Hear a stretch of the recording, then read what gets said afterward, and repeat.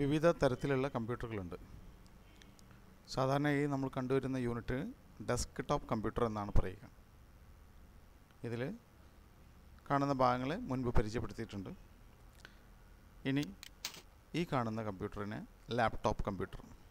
ഇത് ബാറ്ററിയിൽ പ്രവർത്തിക്കുന്നതിനാൽ നമുക്ക് എവിടെ വേണമെങ്കിലും കൊണ്ടുപോകാനായിട്ട്, യാത്രയിലൊക്കെ കൊണ്ടുപോകാനായിട്ട് സാധ്യമാണ് ലാപ്ടോപ്പ് കമ്പ്യൂട്ടർ.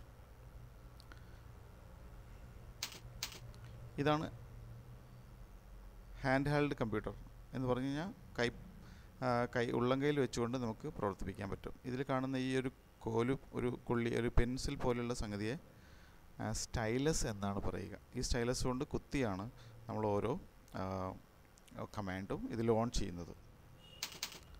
ഇതാണ് ടേബ്ലറ്റ് പി സി. ടേബ്ലറ്റ് പി സി സാധാരണ ഇതിൽ ചിത്രകാരന്മാർക്കും മറ്റും ചിത്രം വരയ്ക്കാനൊക്കെ ആയിട്ട് ഉപയോഗിക്കുന്നതാണ്. ഇതിൽ തന്നെ ഈ പെൻസിൽ സ്റ്റൈലസ് കൊണ്ട് ചിത്രങ്ങളെല്ലാം വരയ്ക്കാവുന്നതാണ് ടേബ്ലറ്റ് പി സി.